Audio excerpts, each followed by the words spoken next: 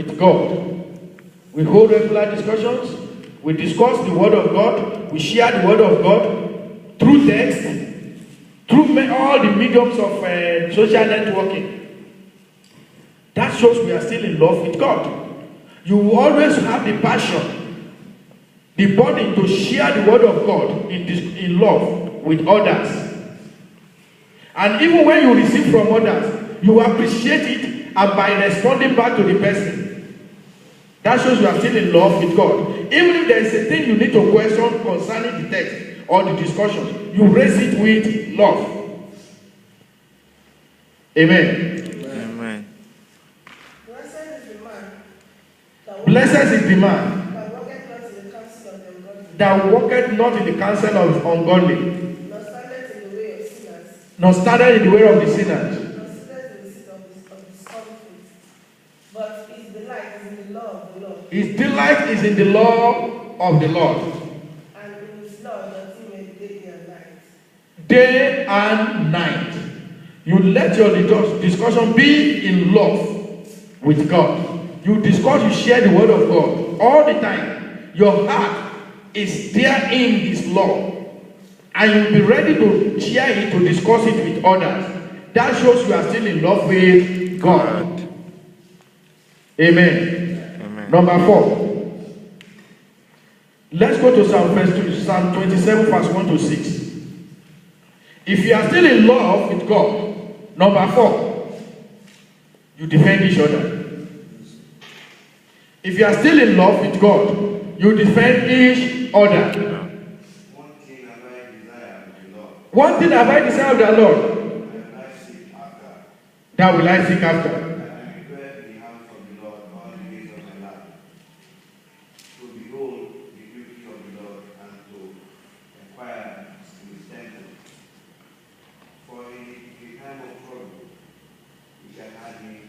Psalm 27, verse 1 to 6. Yes. The Lord is my light and my salvation. The Lord is my light and my salvation. Of whom shall I be afraid? The Lord is my fortress. The Lord is my fortress. Protecting me from danger. Yes. So why should I tremble? Why should I tremble? When evil people come to devour me. When even the evil people come. When my enemy and foes attack me. Oh yes. And they will stumble and fall. They will stop us. Though a mighty army surround me, my heart will not be afraid. Even if I am attacked, I will remain confident. The one thing I ask of the Lord, the thing I seek most, is to live in the house of the Lord all the days of my life. Delight in the Lord, perfection, and meditating in His temple. For He will counsel me there when trouble comes. Amen. Amen. He will hide me in the sanctuary. He will place me out of reach of iron. Then I will hold my heart high above my enemy who surround me. At His sanctuary I will offer sacrifice with shout of joy, singing and praises the Lord with music. Praise the Lord. Hallelujah. Hear me as I pray, O Lord. Be merciful and answer me. Amen. Amen. When you are still in love with God, we talk about love. Love is reciprocal. Hello? Hello. Love is what? Reciprocal. God loves you. He defends you. He stands for you. Even when you are in the enemy's rising, He's there for you. Likewise, if you are still in love with God, you defend others. You start to defend others. Even when others are saying evil things about another person, you tell them no. Let us look at the positive report about this person. Amen. Amen. Even when they are planning against the other person and you are there, you say no, that is not right. Why can't we help this brother or sister? Even if he's in this trouble. Or even if he has done this wrong, can't we call him to and then correct him in love? Amen. Amen. That is the love of God. Number 5. If we are still in the love of God, and we are in the love of God, there's always something very important, and that is trust. We trust each other. And we find it easy to forgive each other. We find it easy to forgive one another when we are still in the love of God. Let's take the book of 1 Samuel chapter 30, verse 1 to 6. Let us read what the Bible says there. 1 Samuel 30. Verse 1 to 6.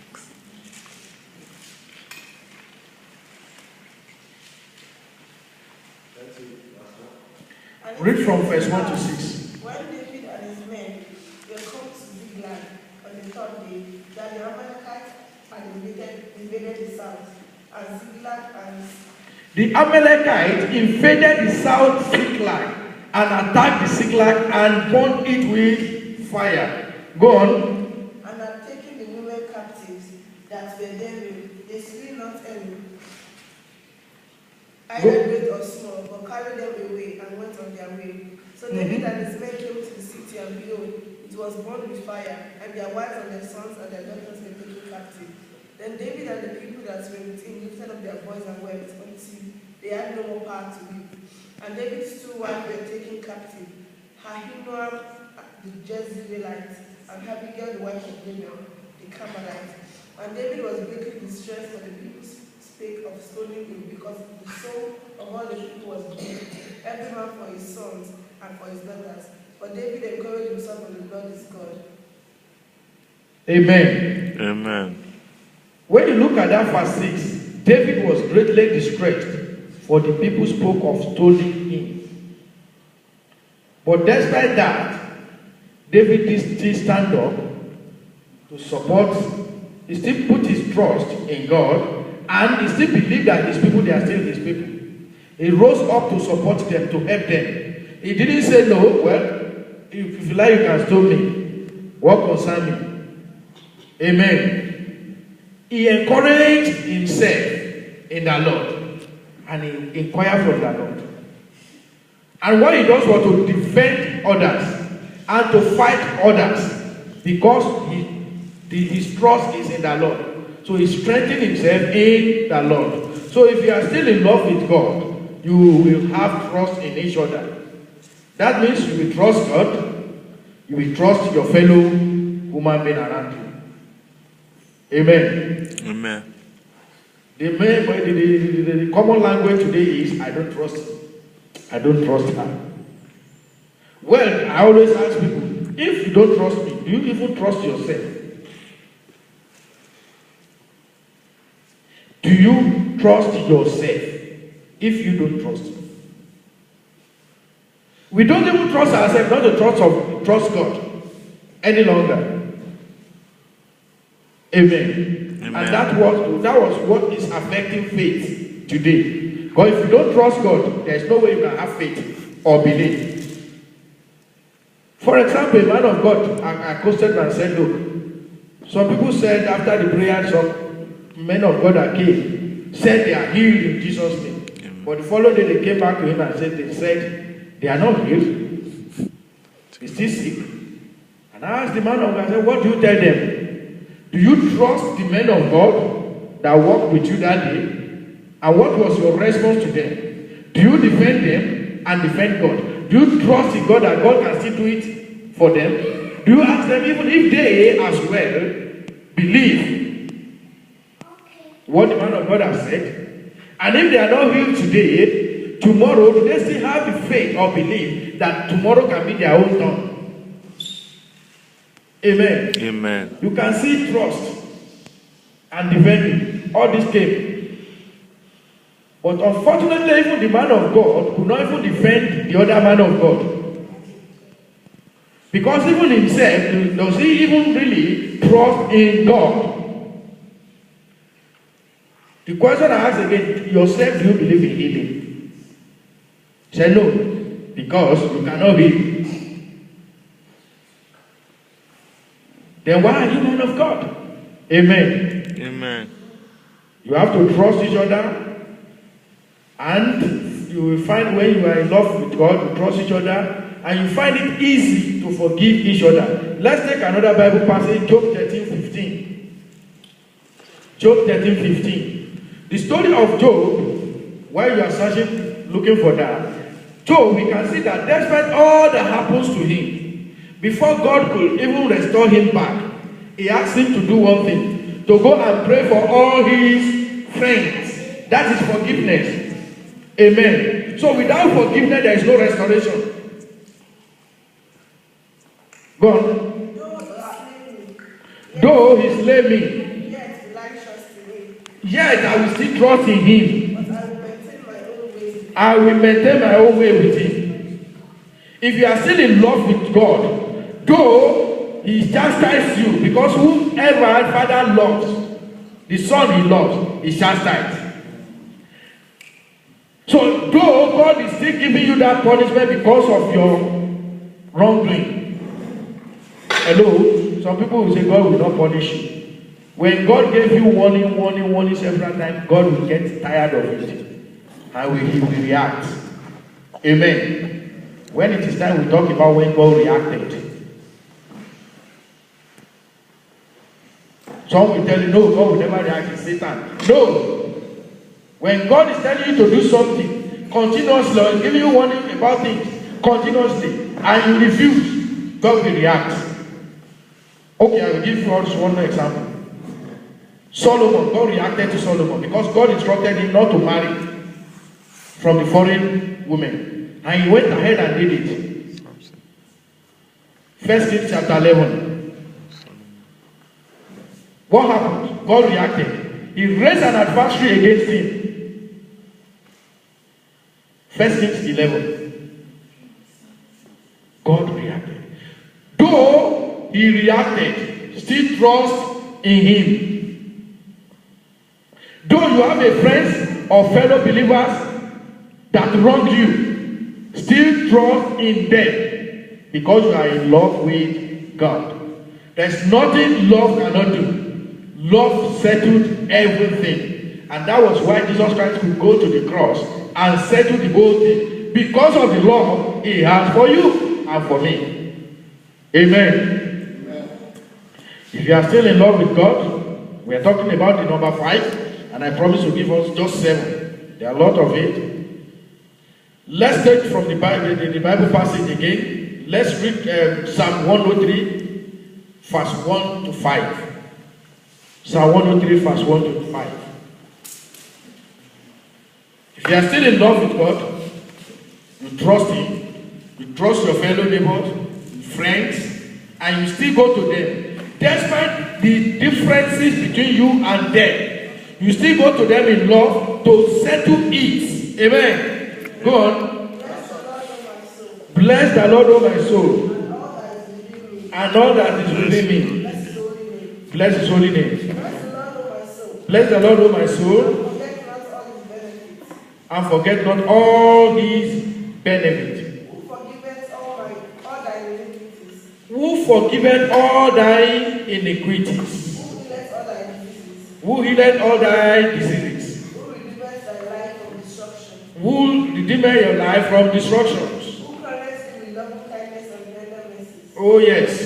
Who sanctifieth thy mouth with good things, so that thy lips will be renewed like the eagles. Like the eagles. Do not forget how God forgives you all your iniquities. So if you are forgiven by God, you have to forgive others. Amen. Amen. Jesus Christ taught us how to pray this in Matthew 6:6. Matthew 6, from verse 6 down.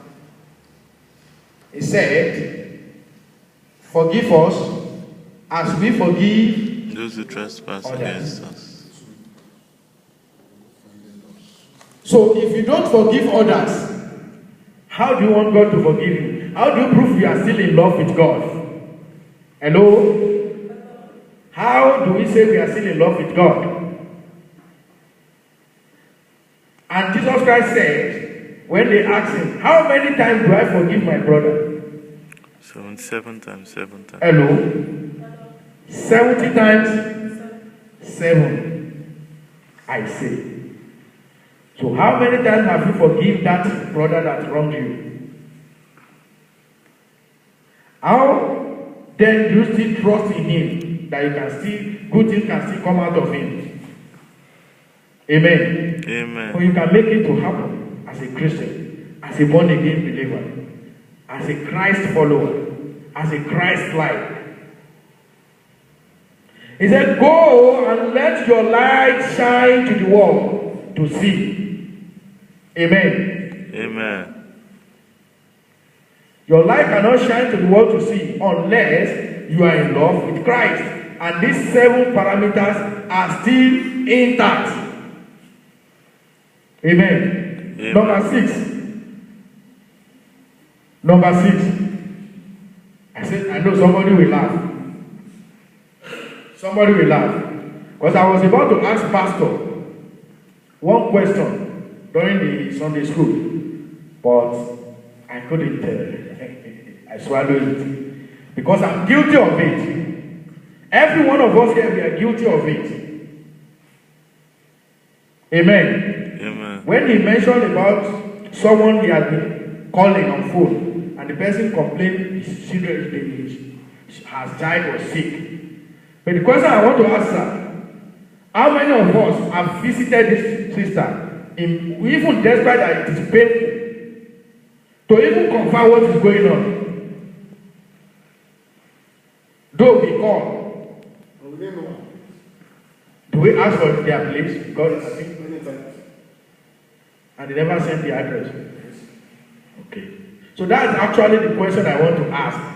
Because I personally did not ask for their address. But I told her I want to. told me she travels, she just came and I got so many excuses as well. But I never asked, where is your address? I want to come. But the very day I was told that my child was sick and is being in hospital, I was shocked. So why? You should have called us. So okay, I will make sure arrangement and I will make sure I will come and see you. But I never asked. Amen. I know. promising that one day. So that's the question, what I want to see. But despite that, or not even not justifying ourselves, there is this thing I asked Pastor the other time. I said, Pastor, how many times have I been into your house? Do you remember? I said once. Since I know him, I've been to his house once. But this is number 6 point here. He says, those that are still in love with Christ, with God, they visit themselves, they pay themselves regular visits. As a Christian, as a born again, as one in the body of Christ, as one in love of God, you visit yourself, pay yourself regular visit. Though we look at the situation of this country, we say, oh, the work, the thing, but we are talking about idol this morning. Well, you need to phone people. Sorry. Tell them you are coming before. You can't just go to people's house here. This is okay. Hello. We cannot justify ourselves.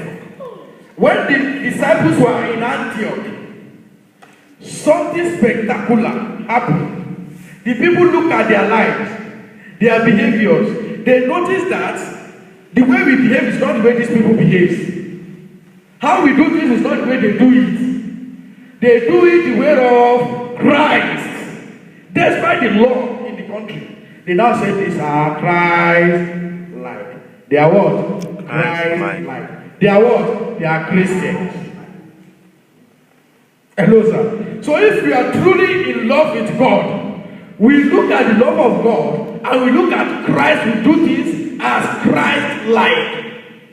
We don't look at the law of the country. We don't look at the situation. That means the situation or the condition of the environment is affecting the Christians, which we refuse to understand or to accept. Amen. Amen. I could remember one of my father in the Lord that led me to the redeemed Christian Church of God. To God be the glory, today is now a provincial pastor.